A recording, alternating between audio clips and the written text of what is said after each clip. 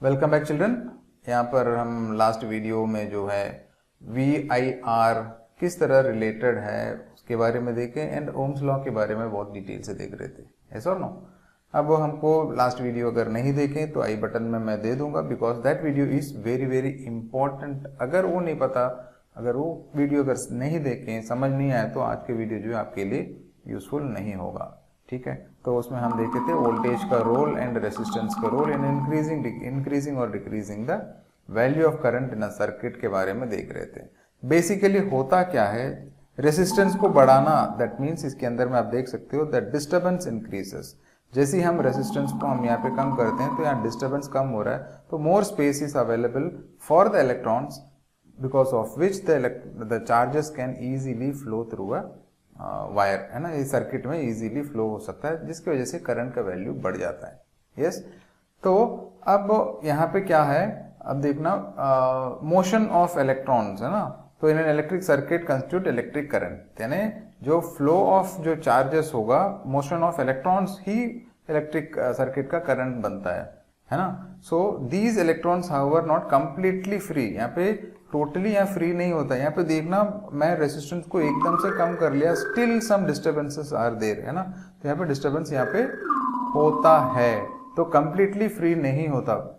They are restrained by attraction of atoms among which they move. Thus यहाँ पे क्या है, motion of electrons through a conductor is retarded by its resistance. यानी या तो यहाँ पे जो भी कनेक्टेड जो इक्विपमेंट है, यानी बल्ब हो सकता है या फैन, जो भी यहाँ पे एलिमेंट सर्किट में कनेक्ट होगा, वो स्टॉप करेगा फ्लो ऑफ इलेक्ट्रिक चार्जेस को, इलेक्ट्रॉन्स को। At the same time the conductor itself जो है अपोज करेगा, जिसको हम बोलेंगे इंटरनल रेसिस्टेंस। ठीक है, तो इसके अंदर में जो एटम है ना, जो चार्जेस जो होते हैं, तो ये भी रेस्ट्रिक्ट करेगा उनके फ्लो को। तो यानी जो गैजेट यहाँ पे हम डाला हुआ है वो भी रेसिस्ट करेगा, at the same time the wire also restricts the flow of charges. ठीक है, चलो अब अ component of a given size that offers a low resistance, यानी मान लो कोई एक कंपोनेंट है जो बहुत ही कम रेसिस्टेंस ऑफर कर रहा है, यानी बहुत कम डिस्टर्बेंस यहाँ पे प्रोड्यूस कर रहा है, तो उस तरह के जो एलिमेंट्स है उसको हम बोलेंगे कंडक्टर्स। ठीक है, तो नॉर्मली जो वायर्स होता है, वायर्स में जो है रेसिस्टेंस बहुत ही कम होता है, जिसके कारण चार्जेस इजीली फ्लो कर जाता है। ठीक है, अब आगे अगर चल के देखते हैं, a conductor having some appreciable resistance is called a resistor. अब मान लो कोई भी एलिमेंट हो सकता है, कोई भी कंडक्टर हो सकता है, अगर कुछ रेसिस्टेंस ऑफर करता है, यानी फ्लो ऑफ चार्जेस को अगर अपोज करता है, तो उसे हम कहेंगे रेसिस्टर, उसको हम कहेंगे resistor. So basically resistor is a device और an element in an electric circuit which offers some resistance. ठीक है, इतना समझ आया। चलो अब ये रेसिस्टर के बारे में डिटेल में हम आगे वाले वीडियो में देखेंगे, आगे वाले टॉपिक में, बट यहाँ के लिए याद रख लेना, resistor is an element in an electric circuit which offer some resistance. ठीक है, so a component of identical size that offers a higher resistance. अगर मान लो ज्यादा से ज्यादा रेसिस्टेंस है, अब मान लो यहाँ पे ज्यादा रेसिस्टेंस यहाँ पे हो रहा है, तो बहुत कम करंट यहाँ पे फ्लो हो पा रहा है ना। जो सब्सटेंस ज्यादा रेसिस्टेंस प्रोड्यूस करता है, ऑफर कर रहा है, तो वैसे वाले जो कंपोनेंट होगा, उस कंपोनेंट को हम बोलेंगे पुअर कंडक्टर। ठीक है, समझ आ गया। पुअर कंडक्टर में मोस्टली जो रेसिस्टेंस का वैल्यू है वो ज्यादा होता है। And an insulator of the same size offers even higher resistance. ठीक है, अगर इंसुलेटर अगर देखते हैं तो रेसिस्टेंस इतना ज्यादा होगा, यानी यहाँ पे इस एरिया में इतना डिस्टर्बेंस होगा कि फ्लो ऑफ इलेक्ट्रॉन्स बिल्कुल भी, फ्लो ऑफ चार्जेस जो है बिल्कुल भी इसके अंदर से पार नहीं होगा। ठीक है, जिसकी वजह से अगर मान लो यहाँ पे इस जगह में अगर मैं रबर डाल देता हूं, तो क्या होगा, चार्जेस यहाँ से फ्लो होगा, इसके अंदर में एंट्री होगा, इसके अंदर इतने सारे डिस्टर्बेंस होगा कि इलेक्ट्रॉन्स जो है बिल्कुल भी फ्लो अलो नहीं करेगा, यहाँ पे इलेक्ट्रॉन्स पास ही नहीं हो पाएगा। तो जिसकी वजह से क्या है, यहाँ से इलेक्ट्रॉन जो है पार नहीं होगा। तो अल्टीमेटली इसके अंदर ये सर्किट में कुछ भी अगर गैजेट्स या कुछ भी एलिमेंट्स अगर यहाँ पे कनेक्टेड है, तो वो वर्क नहीं कर पाएगा, बिकॉज इसके बीच में हम क्या करें, वायर के बीच में एक ऐसा एलिमेंट को डालें जो बिल्कुल भी करंट को अलो नहीं कर रहा पास थ्रू होने में से। तो वैसे वाले एलिमेंट को हम बोलेंगे इंसुलेटर, ठीक है। तो even higher resistance in insulator. Now let us understand, यहाँ पे हम जो R की जो वैल्यू हम देख रहे हैं ना, तो ये R को बढ़ाना घटाना है, तो R किन किन चीजों पर डिपेंड है ये हमको देखना जरूरी है। तो आज के वीडियो जो है इसी पर हम बात करेंगे। तो यहाँ पे क्या है, factors on which the resistance of a conductor depends.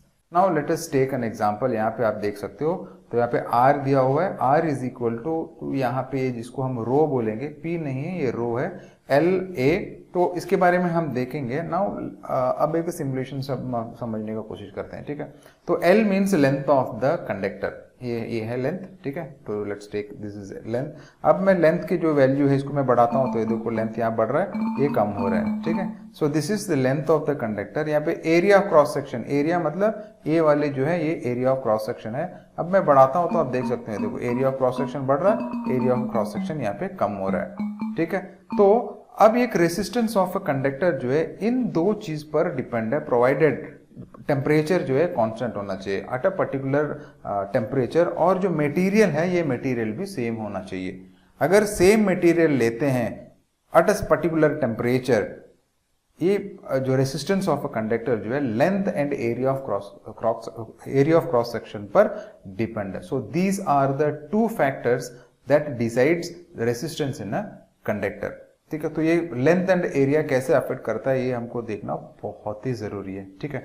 चलो now let's see the effect of length in the, यानी रेसिस्टेंस कैसे चेंज होता है देखते हैं। अब लेंथ को मैं जैसे जैसे जैसे जैसे बढ़ाता हूं, अब यहाँ में साइज भी आप देख सकते हो, जैसे जैसे मैं लेंथ को मैं बढ़ाऊंगा, लेंथ के L की जो अल्फाबेट है ये बड़ा होगा, एट द सेम टाइम ये इसके वैल्यू भी आप देख लीजिए, लेंथ मतलब इसके लेंथ भी बढ़ता जाएगा आप देख सकते हो। अब देखो 13.46 सेंटीमीटर यहाँ पे लिया लेकर रखे, तो यहाँ पे जैसे जैसे बढ़ाते जाते हैं रेसिस्टेंस का वैल्यू, यानी रेड कलर है तो रेसिस्टेंस का वैल्यू भी बढ़ता हुआ आप देख सकते हो, बढ़ रहा है, ठीक है। तो that means when L is increased R is also increasing, yes और नो। अब वैसे ही मैं L का वैल्यू को मैं कम कर रहा हूं, लेंथ में कम कर रहा हूं, तो रेसिस्टेंस का वैल्यू भी कम हो रहा है, यस और नो। सो सीधा सीधा हम बोल सकते हैं resistance of a conductor is directly proportional to length of the conductor, yes और नो। तो हम क्या कर सकते हैं, यहाँ पे देख लो, the resistance of the conductor is directly proportional to the length. Why, क्यों ऐसे हम बोल रहे हैं, क्योंकि हम मैं जैसे ही लेंथ बढ़ा रहा हूं तो रेसिस्टेंस भी बढ़ रहा है, जैसे ही लेंथ को मैं कम कर रहा हूं तो रेसिस्टेंस भी कम हो रहा है। ये क्यों है, इसको भी, इसके बारे में भी हम देखते हैं। अब देखो यहाँ पे जो ब्लैक ब्लैक डॉट्स है ना, तो ये है, हम मान के चलते हैं डिस्टर्बेंसेस, जो फ्लो को रोकने वाला चीज है। इस पर्टिकुलर लेंथ में अगर देखते हैं तो इतने सारे डॉट्स है, मैं जैसे लेंथ को बढ़ाऊंगा तो नंबर ऑफ डॉट्स जो है यहाँ पे ज्यादा से ज्यादा आप देख सकते हो। That means when the charges flow through this conductor, more and more dots are available, so more disturbances the charges have to face. तो इलेक्ट्रॉन जो है फ्रीली मूव नहीं कर पाएगा। अगर फ्रीली मूव नहीं कर पाता है तो रेसिस्टेंस मतलब ज्यादा है। This is what we have learned, yes और नो। चलो अब हमको ये पता चल गया। अभी देखो जैसे लेंथ में कम कर रहा हूं तो डिस्टर्बेंस देखो यहाँ पे कम हो रहा है, that means more freely the electrons can move. So the length जैसी कम करते हैं तो रेसिस्टेंस भी कम होता हुआ दिख रहा है यहाँ पे, ठीक है। सो सीधा सीधा हम लिख सकते हैं R is directly proportional to length of the conductor. Now second चीज देखते हैं, यहाँ पे एरिया ऑफ क्रॉस सेक्शन का क्या फंडा है, यहाँ पे देखते हैं क्या इफेक्ट होता है, हम देखते हैं, ठीक है। तो जैसे ही A में बढ़ाऊंगा तो A वैल्यू यहाँ पे A देखना, at the same time R का वैल्यू भी आप थोड़ा ध्यान देना, और यहाँ पे एरिया ऑफ क्रॉस सेक्शन जैसे बढ़ाएगा तो ये भी बड़ा होगा। तो पूरा जो यहाँ पे चेंजेस होने वाला है उसको ध्यान से देख लें। तो मैं जैसे एरिया ऑफ क्रॉस सेक्शन बढ़ा रहा हूं, आप देखो एरिया ऑफ क्रॉस सेक्शन बढ़ रहा है, तो ये भी बढ़ रहा है, ये भी बढ़ रहा है, but the value of resistance जो देखो यहाँ पे कम होता हुआ दिख रहा है, ऐसा और no. Area of cross section को मैं जैसे ही बढ़ा रहा हूं तो क्या हो गया, रेसिस्टेंस कम हो गया।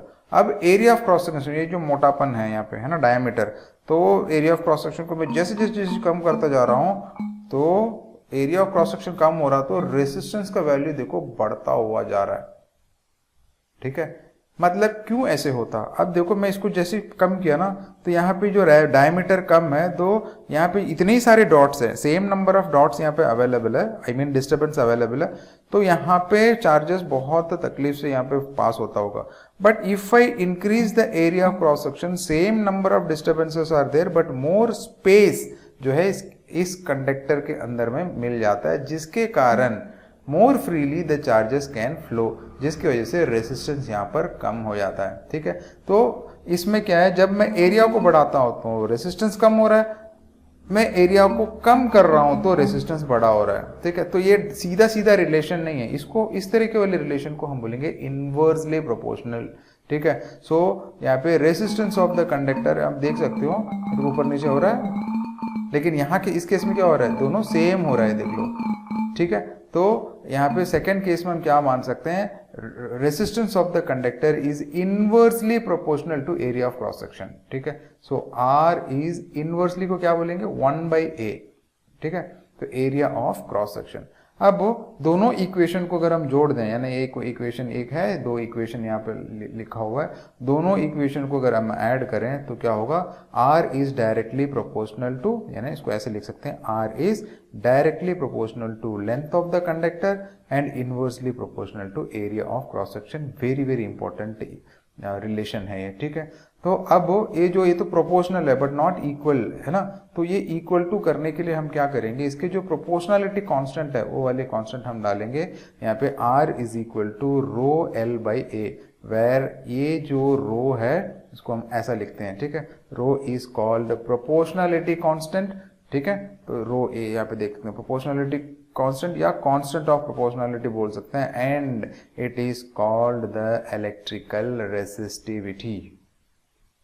ठीक है, so the electrical resistivity is the characteristic property of any material, कोई भी मटेरियल का कैरेक्टरिस्टिक प्रॉपर्टी है विच डिसाइड्स कि वो कंडक्टर है या इंसुलेटर है, वो डिसाइड होगा।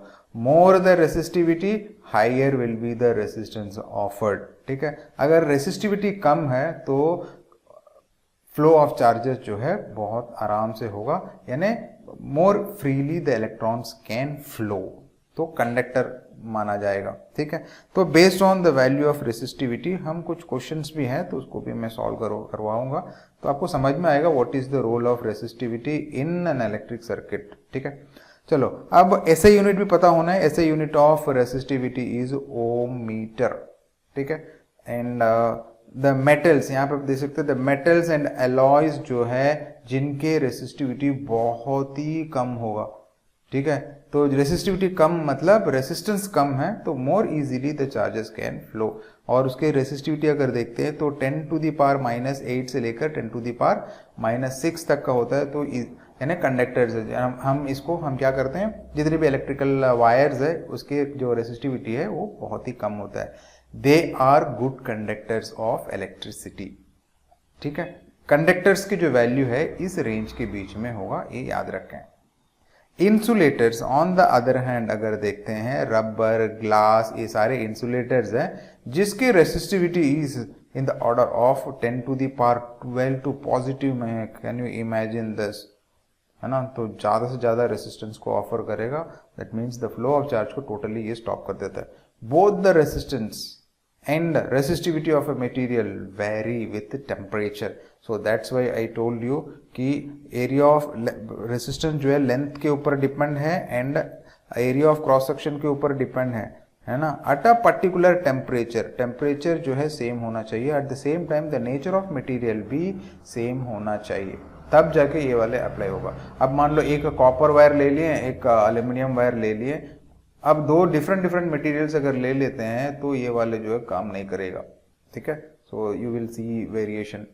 चलो अब यहाँ पे इस टेबल में अगर देखते हैं तो यहाँ पे बहुत सारे रेसिस्टिविटी के वैल्यू यहाँ पे दिया हुआ है। On the basis of this you can see, यहाँ पे देखो सिल्वर है, सिल्वर के रेसिस्टिविटी देखो बहुत ही कम है, that means it is a very very good conductor of electricity. At the same time यहाँ पे अगर देखो इंसुलेटर्स, ये ग्लास को देखेंगे इन द ऑर्डर ऑफ, यहाँ पे पेपर, ड्राई पेपर में देखो 10⁻12, तो इस तरीके से, ठीक है। तो रेसिस्टिविटी का वैल्यू से भी हम फाइंड आउट कर सकते हैं वेदर इट इज इंसुलेटर या आपको कंडक्टर से, गुड कंडक्टर से ये मालूम चल जाएगा। ना one more thing you have to understand here is that कि ये जो अलॉयज जो होता है, अलॉय में ज़्यादातर जो है अलॉयज के रेसिस्टिविटी जो है वो ज़्यादा होता, ठीक है। अलॉयज डू नॉट ऑक्सीडाइज, मतलब अब कोई भी कंडक्टर में हम अलॉय यूज करते हैं, है ना। Alloy is being used as a conductor in electrical conductivity में हम अलॉय को यूज करते हैं। For this reason they are commonly used in electrical heating devices, जो आयरन बॉक्स है, टोस्टर है, तो ये सब चीज में हम अलॉय यूज करते हैं। Why? Because even at high temperature they do not melt. तो यहाँ पे दिया हुआ है like electric iron, toasters etcetera. और एक और एग्जांपल है यहाँ पे देखो, एक और रीजन टंगस्टन, है ना। Tungsten is used almost exclusively for filaments of electric bulb, यानी जो इलेक्ट्रिक बल्ब होता है ना, इलेक्ट्रिक बल्ब के जो फिलामेंट्स होगा, तो इस फिलामेंट में जो है कौन से वाले यूज करते हैं यहाँ पे, जो फिलामेंट्स ऐसे होगा, राइट। तो ये फिलामेंट में टंगस्टन मेटल को यूज करते हैं। वाई? बिकॉज टंगस्टन की जो मेल्टिंग पॉइंट है वो बहुत ही ज्यादा है compared to other metals. मान लो whereas copper and aluminum are generally used in electrical transmission lines. Why? Because they are good conductors of electricity. और उसमें ज़्यादा रेसिस्टेंस ऑफर नहीं होता है, सो मेल्टिंग होने का चांस भी बहुत कम होगा। सो ये हो गया basic fundamental things which you have to understand about resistivity, ठीक है। So that's all in this video. See you in the next. Bye bye.